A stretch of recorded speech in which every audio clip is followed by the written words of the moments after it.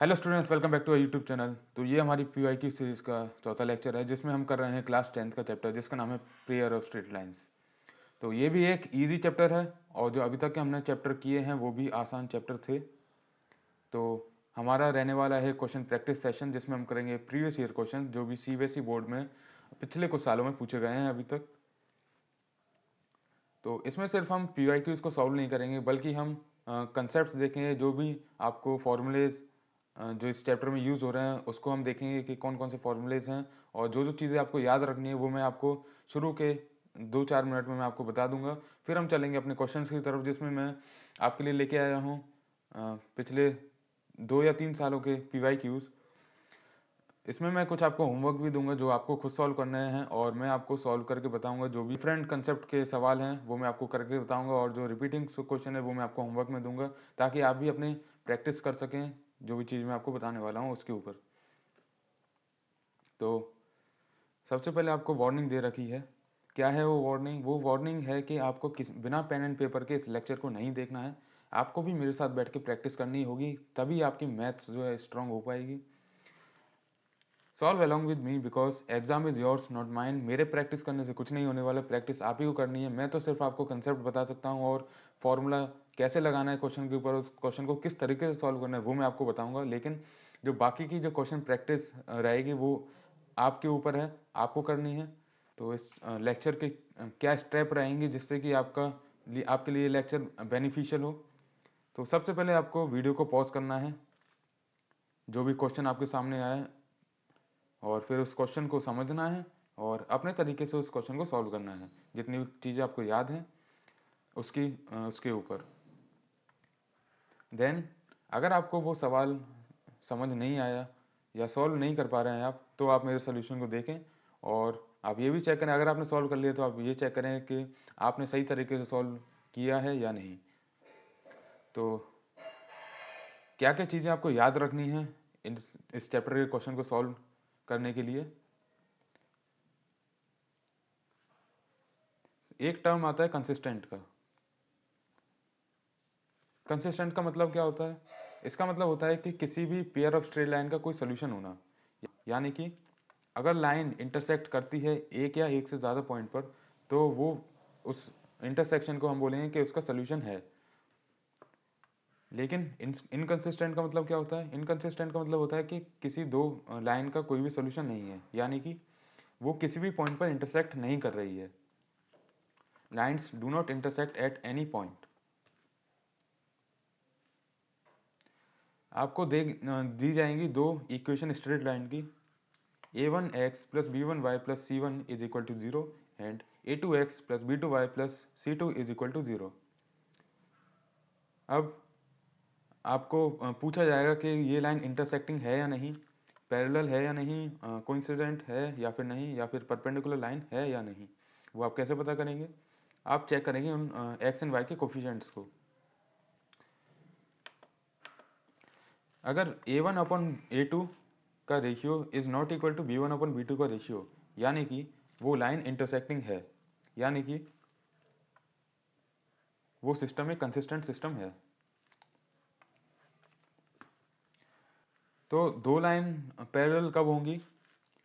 जब a1 upon a2 is equal to b1 upon b2 और वो c1 अपॉन c2 को इक्वल नहीं हो, तब दो लाइन पैरेलल लाइन होती हैं। यानी कि अगर दो लाइन पैरेलल लाइन हैं तो फिर उनके बीच में कोई भी सोल्यूशन नहीं आने वाला है, क्योंकि वो किसी भी पॉइंट पर इंटरसेक्ट करेंगे ही नहीं। वो इन्फाइनाइटली सेम डिस्टेंस पर रहेंगी, कोई इंटरसेक्शन पॉइंट उनके बीच में नहीं आने वाला। कोइंसिडेंट लाइन यानी कि एक लाइन दूसरी लाइन के ऊपर इंटरसेक्ट करती हुई जा रही है एट इन्फिनेटली मैनी पॉइंट्स। वो कब होगी? वो तब होगी जब a1 upon a2 is equal to b1 upon b2 which is equal to c1 upon c2। इस कंडीशन का मतलब है कि वो लाइन पैरेलल हैं। जब वो इंटरसेक्ट करती हैं इन्फिनेटली मैनी पॉइंट पर, तब वो एक एक दूसरे के साथ पैरेलल भी होती हैं। और एक दूसरी कंडीशन जो ऐड हुई है वो है इन दोनों का रेशियो c1 अपॉन c2 के रेशियो के बराबर भी होना चाहिए। अब दो लाइन परपेंडिकुलर कब होती हैं? दो लाइन परपेंडिकुलर होती हैं जब a1 a2 plus b1 b2 zero होता है, यानी कि a1 a2 का सम a1 a2 और b1 b2 का सम जीरो के बराबर होता है, तब दो लाइन इंटरसेक्ट करती हैं परपेंडिकुलरली। तो ये चीज़ें थी जो आपको याद रखनी है क्वेश्चन सॉल्विंग के लिए। तो चलते हैं अपने क्वेश्चंस की तरफ। तो सबसे पहले आपके 2025 के प्रीवियस ईयर, यहाँ से आपसे पूछा गया है A system of two linear equation in two variable is inconsistent if the lines in the graph are inconsistent। का मतलब है कि उन दोनों लाइंस का कोई भी सोल्यूशन नहीं है। और दो लाइंस का सोल्यूशन कब नहीं होता? जब वो दो लाइंस पैरेलल होती हैं, तब उनके बीच में कोई भी सोल्यूशन नहीं आता, यानी कि B is the correct option. Next question है check whether the following pair of straight lines is consistent और not. If consistent solve graphically. आपको दो इक्वेशन दे रखी हैं लाइंस की। सबसे पहले हम इसे स्टैंडर्ड फॉर्म में लिखेंगे, x plus 3y minus 6 is equal to 0। और दूसरी इक्वेशन है आपकी -2x plus 3y plus 12 is equal to 0। अब आपको बताना है कि दो लाइन्स कंसिस्टेंट हैं या नहीं, यानी कि ये किसी पॉइंट पर इंटरसेक्ट कर भी रही हैं या नहीं। सबसे पहले हम इनका a और b का रेशियो चेक करेंगे। यहाँ से आपका a है 1, a1 है 1, b1 है आपका 3 और c1 है -6। दूसरी लाइन की इक्वेशन में a2 है, वो है -2, b2 है 3 और c2 है आपका 12। यहाँ से सबसे पहले आप रेशियो चेक करेंगे। a1/a2 is -1/2, b1/b2 is 1 and c1/c2 is -1/2। अब यहाँ से आप देख सकते हैं कि a1/a2 is not equal to b1/b2, यानी कि दो लाइन इंटरसेक्ट कर रही हैं एक पॉइंट पर। तो आपका ये जो पेयर ऑफ इक्वेशन है ये कंसिस्टेंट है। आपको क्वेश्चन में बोला गया था कि आपको ग्राफिकली चेक करना है। आप ग्राफ से चेक कर सकते हैं। आप प्लॉट करेंगे इन दोनों इक्वेशन ऑफ लाइन को और चेक देखेंगे कि वो किसी पॉइंट पर इंटरसेक्ट कर रही हैं या नहीं कर रही हैं। लेकिन मैंने किया है एल्जेब्रिकली, आप ऐसे भी चेक कर सकते हैं अगर क्वेश्चन में गिवन नहीं है तो। नेक्स्ट क्वेश्चन की तरफ देख चलते हैं हम। अगला question, solve the pair of equation algebraically. आपको इन दोनों इक्वेशन का सोल्यूशन बताना है। तो यहाँ से आपके दो तरीके होते हैं। आप एक वेरिएबल को दूसरे वेरिएबल के टर्म्स में लिख लें और फिर उस वेरिएबल को दूसरी इक्वेशन में पुट कर दें, तो आपको वेरिएबल्स की वैल्यू मिल जाएगी। यानी कि सबसे पहले पहली इक्वेशन में हम y को x के टर्म्स में लिखेंगे। तो मैं 101x को लेफ्ट हैंड साइड में ले जाऊंगा, तो यहाँ बचेगा 102y is equal to 304 minus 101x, और y लिखा जा सकता है 304 अपॉन 102 माइनस 101 अपॉन 102x। अब इस y की वैल्यू को जो भी निकल के आई है x के टर्म में, उसको हम पुट करेंगे दूसरी इक्वेशन में। तो 102 x प्लस 101, y की वैल्यू है 304 upon 102 minus 101 upon 102 x is equal to 305। अब ये हमारे सिंगल वेरिएबल के टर्म्स में एक इक्वेशन बन गई है। यहाँ से हम x की वैल्यू फाइंड कर सकते हैं आफ्टर लॉट ऑफ कैलकुलेशन।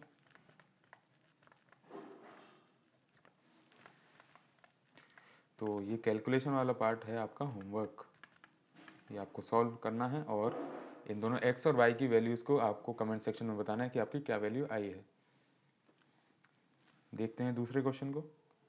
अगला क्वेश्चन है आपका, in a pair of supplementary angles the greater angle exceeds the smaller angle by 50 degree. Express the given situation as a system of linear equation in two variables and hence obtain the measure of each angle. यानी कि आपको दिया गया है कि दो angles हैं, वो दोनों सप्लीमेंट्री एंगल्स हैं। तो मैं मान लेता हूँ दोनों एंगल्स को as x and y. Let angles be x and Y.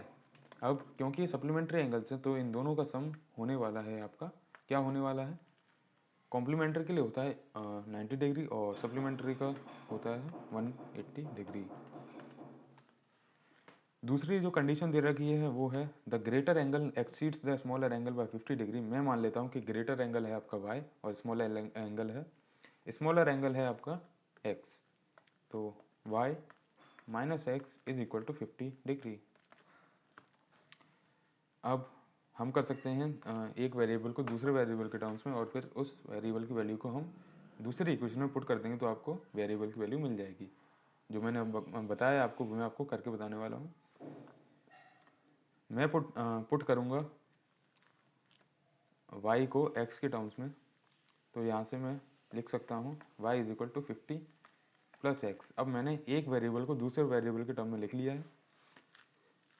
यहाँ से मैं y की जो वैल्यू आ रही है उस वैल्यू को मैं दूसरी इक्वेशन में पुट कर दूंगा, तो मिलेगा आपको x प्लस y की वैल्यू है 50 plus x is equal to 180 degree.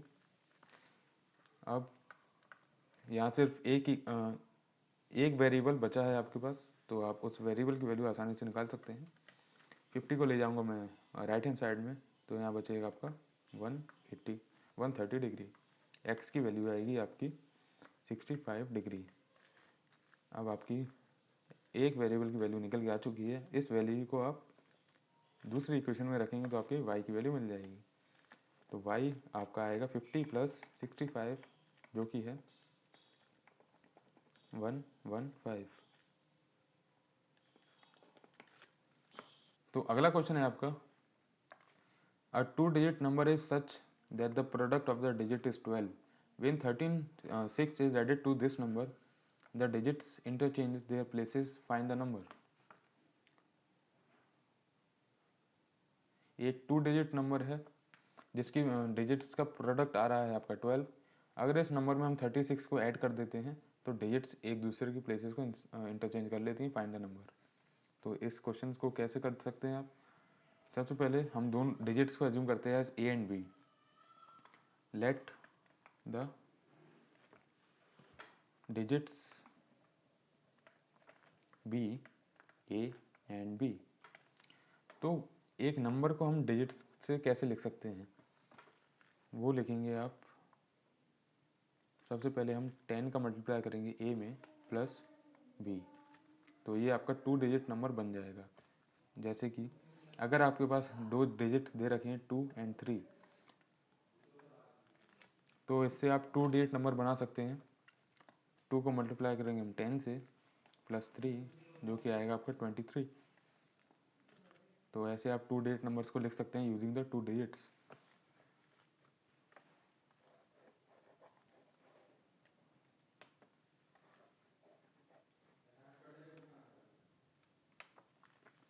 अब आपको जो जो कंडीशन दे रखी है वो देखते हैं हम क्या है।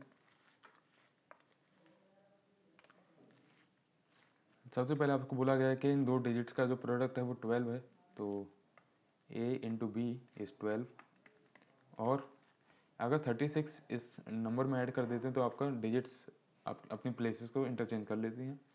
तो जो नंबर है आपका वो है 10 a प्लस बी। अगर हम 36 का ऐड करेंगे तो आपका बन जाएगा 10 b प्लस a।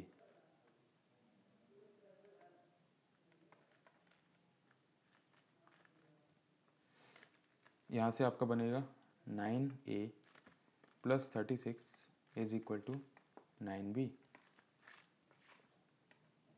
b अब आप 9 कॉमन निकाल लीजिए और उसको डिवाइड कर देना, तो ये आएगा आपका a plus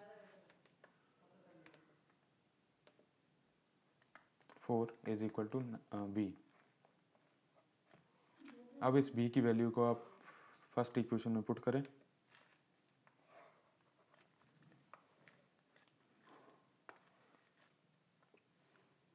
a into a plus 4 is equal to 12। A square plus 4a minus 12 is equal to 0। यहाँ से आप लगा सकते हैं फैक्टराइजेशन, तो ये आ जाएगा आपका a square plus 6a minus 2a minus 12 is equal to 0। A plus 6 minus 2 a plus 6 is equal to 0। A minus 2 a plus 6 is equal to 0। और यहाँ से आपकी ए की जो पॉजिटिव वैल्यू आएगी वो है 2। अब ए की वैल्यू को आप इस इक्वेशन में पुट करें, तो यहाँ से बी निकल के आएगा आपका 4 प्लस 2 इज 6। नेक्स्ट क्वेश्चन है आपका the pair of linear equation this plus this has, कौन सा सोल्यूशन है। सबसे पहले हम इसको स्टैंडर्ड फॉर्म में लिखेंगे, x plus 2y plus 5 is equal to 0। और दूसरी इक्वेशन है minus 3x minus 6y plus 1 is equal to 0। यहाँ से हम a और b का रेशियो निकालेंगे। a1 है आपका 1, b1 है 2, c1 है 5, a2 है माइनस 3, b2 है माइनस 6 और c2 इज 1। तो a1 upon b1 a1 upon a2 is equal to 1 upon 3 minus, और b1 upon b2 is minus 2 upon 6 जो कि आएगा आपका 1 माइनस 1 अपॉन 3, और c1 अपॉन c2 इज 5। तो यहाँ से आप देख सकते हैं कि a1 अपॉन a2 इक्वल आ रहा है b1 अपॉन b2 के, लेकिन वो c1 अपॉन c2 के इक्वल नहीं है। यानी कि जो मैंने आपको कंडीशन ऊपर बताई थी उनमें से है आपकी पैरेलल लाइन की कंडीशन। तो पैरेलल लाइन किसी भी पॉइंट पर इंटरसेक्ट नहीं करती हैं। तो चलते हैं अगले क्वेश्चन की तरफ। अगला क्वेश्चन है हमारा the value of k for which the pair of straight pair of linear equation this and this do not have a solution. तो जैसे मैंने आपको कंडीशन बताई थी उसमें से दो लाइंस कब इंटरसेक्ट नहीं करती हैं, दो लाइंस तब इंटरसेक्ट नहीं करती जब वो दोनों पैरेलल हों। यानी कि हम लिखेंगे कंडीशन ऑफ पैरेलल लाइंस, जहाँ पर होता है a1 upon a2 is equal to b1 upon b2 which is not equal to c1 upon c2। तो ये दोनों लाइंस जो हैं स्टैंडर्ड फॉर्म में दे रखी हैं, तो हम यहाँ से a1 a2 b1 b2 और c1 c2 निकाल लेंगे।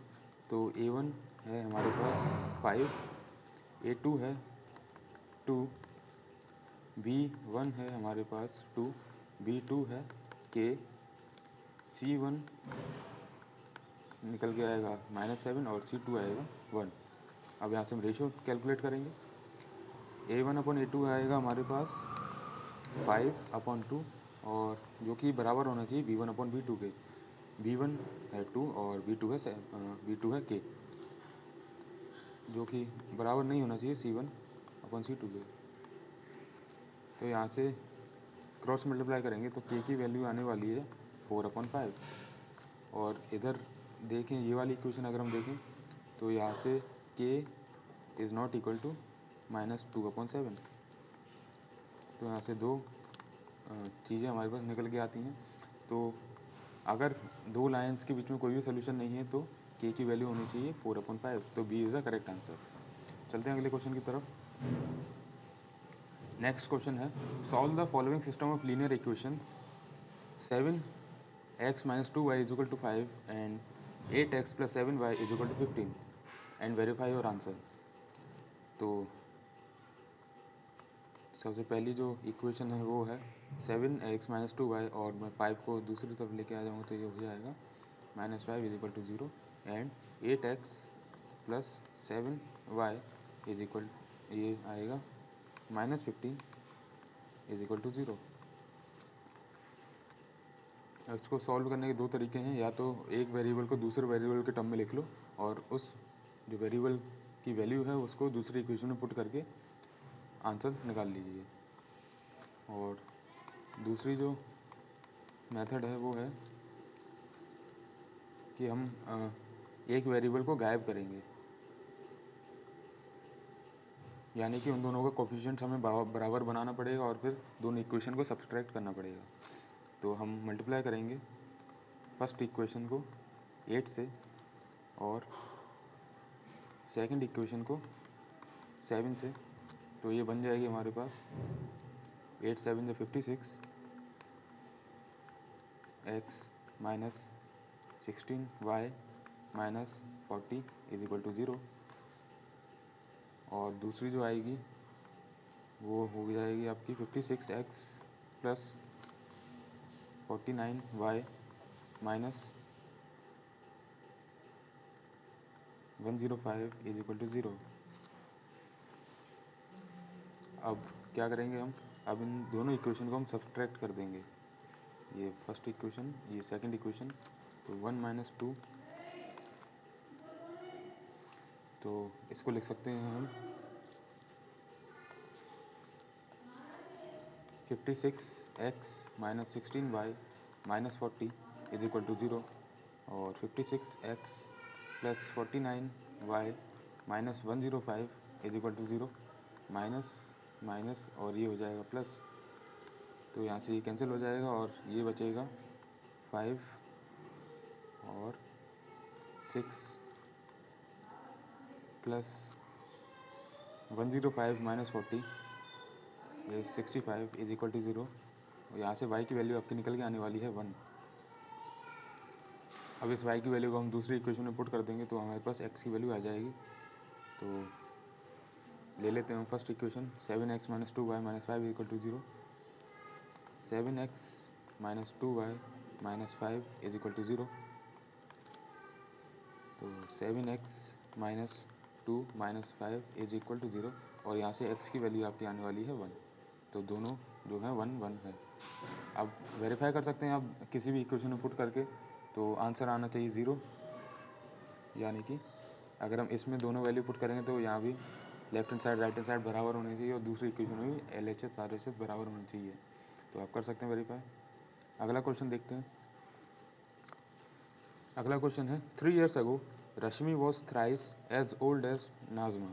10 years later Rashmi will be twice old as Nazma. How old are Rashmi and Nazma now? इस टाइप के क्वेश्चन को कैसे करते हैं, हम मान लेते हैं उनकी present ages. Let present ages of Rashmi be x and Nazma be y। अब क्या क्या बोला गया है क्वेश्चन में उसके अकॉर्डिंग हम अपनी इक्वेशन लिखेंगे।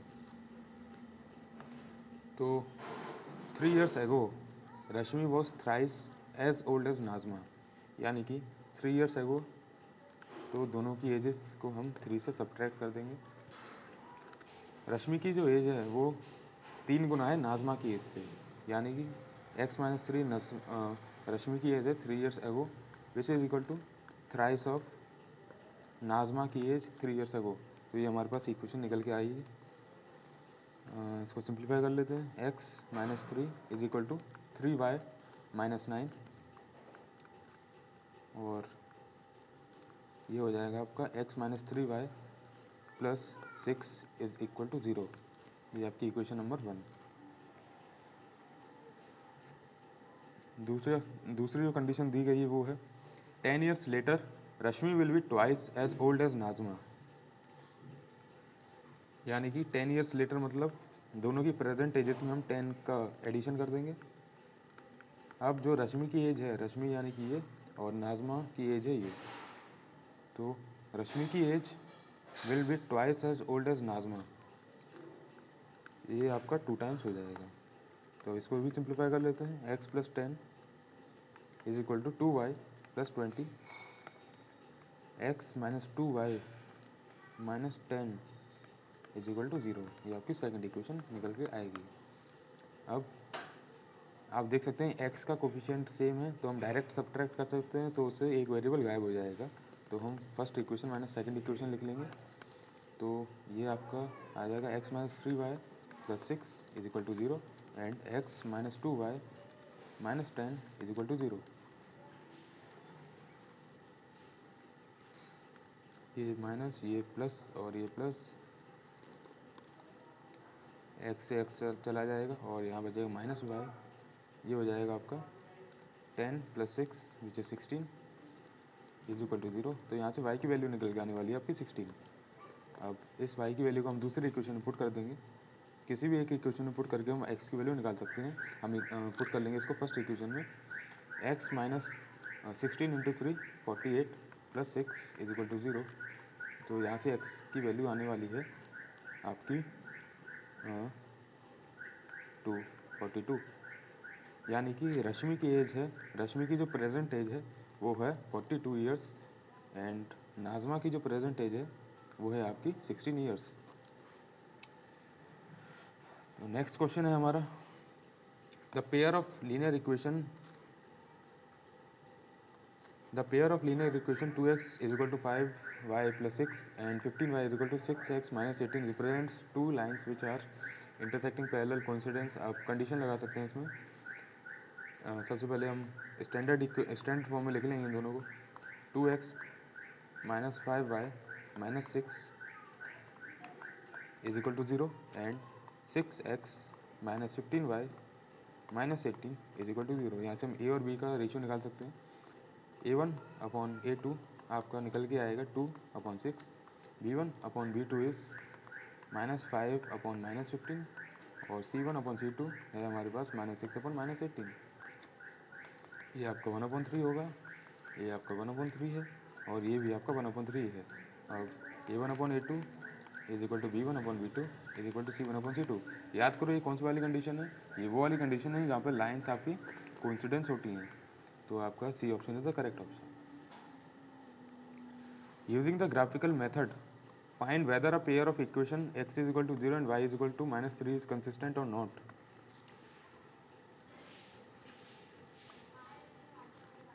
क्या ये दोनों पेयर ऑफ इक्वेशन कंसिस्टेंट हैं या नहीं, हमें इसे ग्राफिकली प्रूव करना है। तो आप ग्राफ का इस्तेमाल कर सकते हैं। ग्राफ में कैसे प्लॉट करेंगे इसको,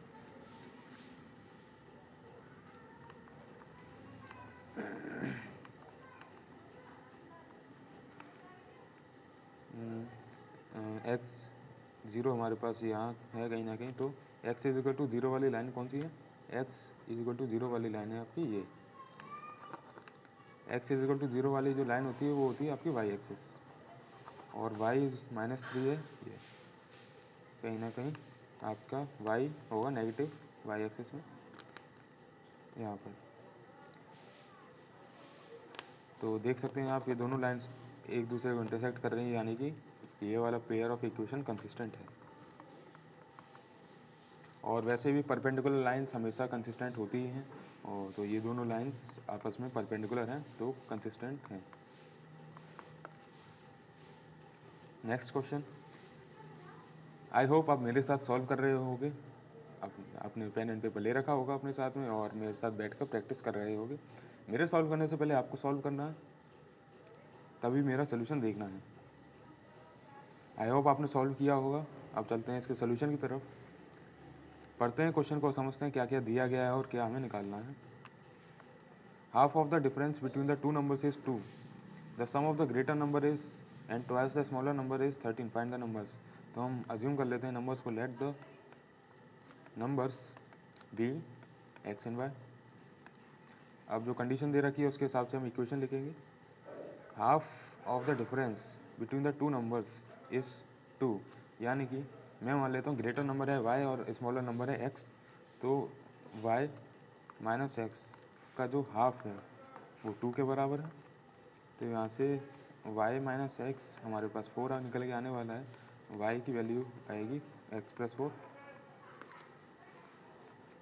दूसरे जो कंडीशन दे रखी है वो है sum of the greater number and twice the smaller number is 13, यानी कि ग्रेटर नंबर मैंने अज्यूम किया है y और जो स्मॉलर नंबर का ट्वाइस, इन दोनों का सम बराबर आने वाला है आपका 13 के। तो ये आपकी दूसरी इक्वेशन है। अब मैं क्या करूँगा, y की वैल्यू को इस इक्वेशन में पुट कर दूंगा, तो ये सिंगल वेरिएबल के टर्म्स में निकल के आ जाएगी हमारी इक्वेशन। तो y is equal to x + 4 + 2x is equal to 13 3x is equal to 13 minus 4 which is 9। x की वैल्यू है 3 3 ज़ा 9। अब यहाँ से हम y की वैल्यू भी निकाल सकते हैं। y is equal to x plus 4 which is 3 plus 4 and y की वैल्यू है 7। तो दो नंबर है हमारे पास 7 और 3। अगला क्वेश्चन है the pair of straight lines represented by the linear equation this and this are. फिर से हम क्या करेंगे, स्टैंडर्ड फॉर्म में लिखेंगे और ए और बी की वैल्यू निकाल के हम दोनों का रेशियो निकाल के चेक करेंगे कि कौन सी कंडीशन सेटिस्फाई कर रही है। तो ये आपका होमवर्क है। ऐसे कई क्वेश्चन आपको देखने को मिलेंगे और मैं काफ़ी सॉल्व करवा भी चुका हूँ। The pair of equation y is equal to 2 and y is equal to -3। आप देख सकते हैं दोनों लाइन्स आपस में पैरेलल हैं, क्योंकि y इज इक्वल टू 2 वाली लाइन है आपकी यहाँ पर और y इज इक्वल टू -3 वाली लाइन रहने वाली है आपकी ये दोनों लाइन्स आपस में पैरेलल हैं, तो इसका कोई भी सोल्यूशन नहीं आने वाला। तो यहाँ पर आपके no solution, inconsistent pair of equation दिया गया है आपको। अगला question, the father is 3 times as old as a son. In 12 years time he will be twice as old as his son. The sum of the present ages of the father and son is। इससे पहले हमने कुछ ऐसे question किया था, तो अब आपको सॉल्व करना है खुद। आई होप आपने सॉल्व किया होगा। अब देखिए मेरा solution.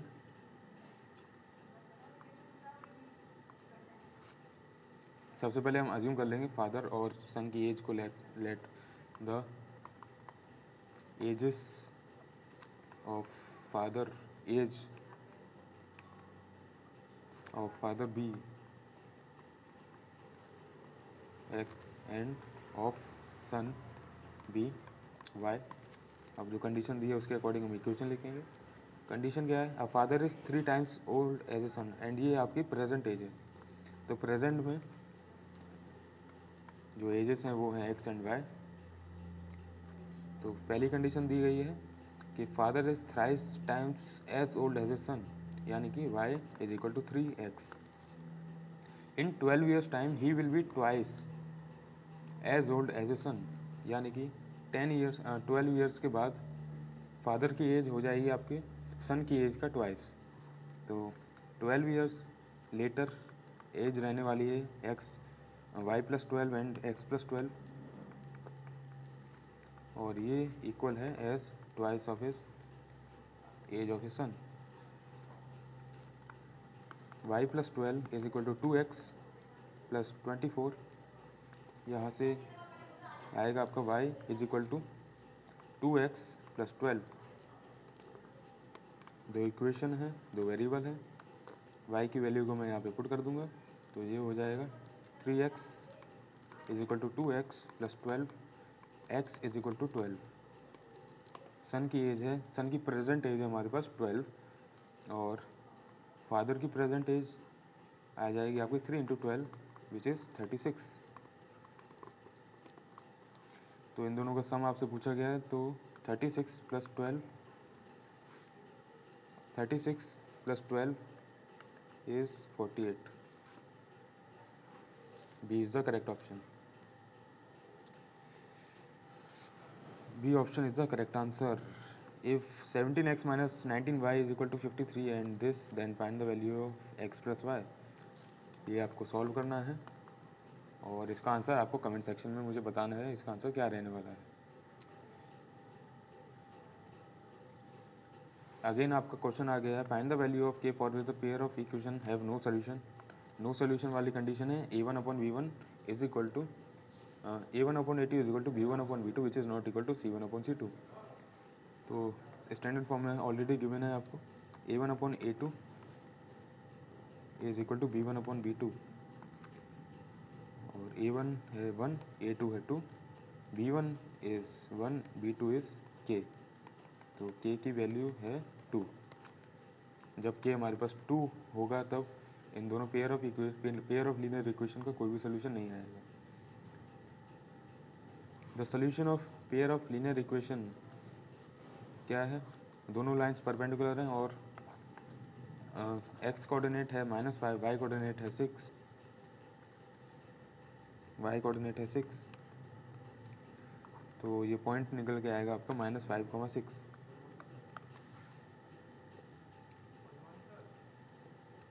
The value of k for which the pair of linear equation has infinitely many solutions. अब आपसे पूछ रहा है इन्फिनिटली मैनी सॉल्यूशंस, अगर दो पेयर ऑफ लीनियर इक्वेशन के सॉल्यूशन है इन्फिनिटली मैनी सॉल्यूशन, तो x की क्या वैल्यू होगी। तो इन्फिनिटली मैनी सॉल्यूशन की कंडीशन थी आपकी, जब लाइन्स कोइंसिडेंस होती हैं तो इन्फिनिटली मैनी सॉल्यूशन होंगे, यानी कि a1/a2 is equal to b1/b2 और विच इज इक्वल टू c1/c2।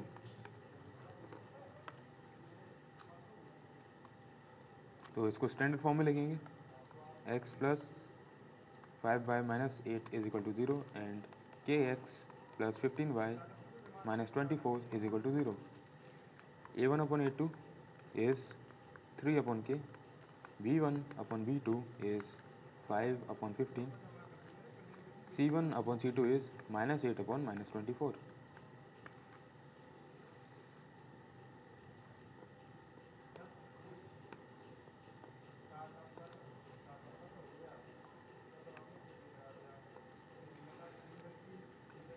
ये तीनों रेशियो बराबर हैं। सबसे पहले इसको देखेंगे,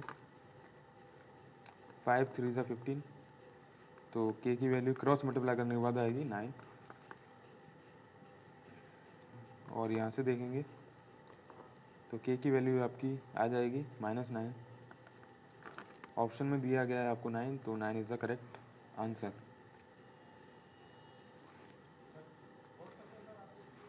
the value of x and y satisfying the two equation 32x plus 33y is equal to 34 and 33x plus 32y is equal to 31 respectively। 32x plus 33y is equal to 34 and 33x plus 32y is equal to 31। मैं इसमें एक और तरीका बता देता हूँ आपको। क्या करेंगे, हम दोनों इक्वेशन को हम सिंप्लीफाई करेंगे। कैसे करेंगे, एक इक्वेशन को हम दूसरी इक्वेशन में बनाने की कोशिश करेंगे। तो देखते हैं कैसे कर सकते हैं इसको। जैसे कि आपको गिवन है इस क्वेश्चन में ये वाली equation 32x plus 33y is equal to 34, तो ये कहीं ना कहीं एक दूसरे से सिमिलर ये कोफिशिएंट्स दे रखे हैं, आसपास ही हैं, यानी कि हम इसको लिख सकते हैं 33x प्लस ये माइनस एक्स, ये आपका 32x है, plus 33y plus 32y plus y, ये आपका 33y है, इज इक्वल टू 34। तो इक्वेशन में मैंने सिर्फ देखने में मॉडिफिकेशन किया, वैसे इसमें कोई भी चेंज नहीं है। आप चेक कर सकते हैं, ये आपका 32x है जो कि ये है, और ये 32y plus 32y plus Y is 33y, यानी कि इक्वेशन में मैंने कोई भी चेंज नहीं किया है, सिर्फ उसको देखने के नज़रिए से मैंने चेंज किया है। अब क्या है,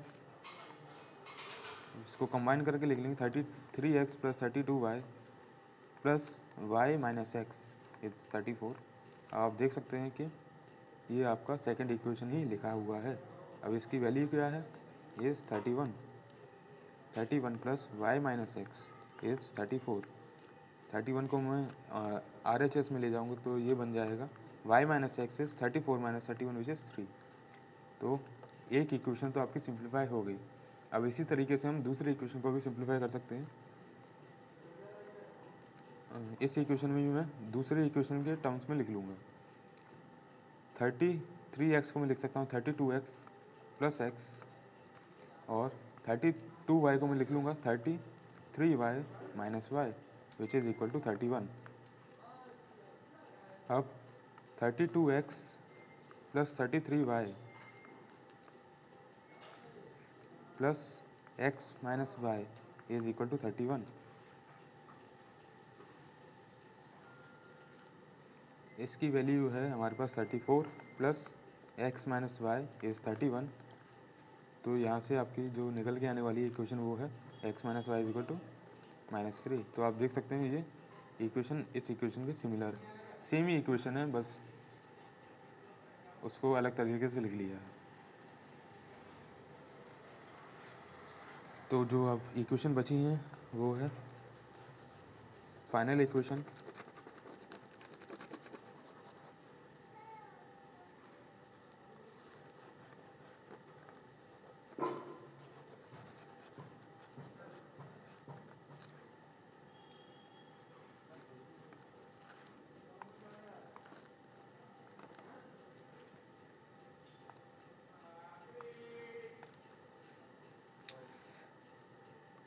इसको भी मैं हटा देता हूँ। अब हमारे पास सिर्फ ये दो इक्वेशन है।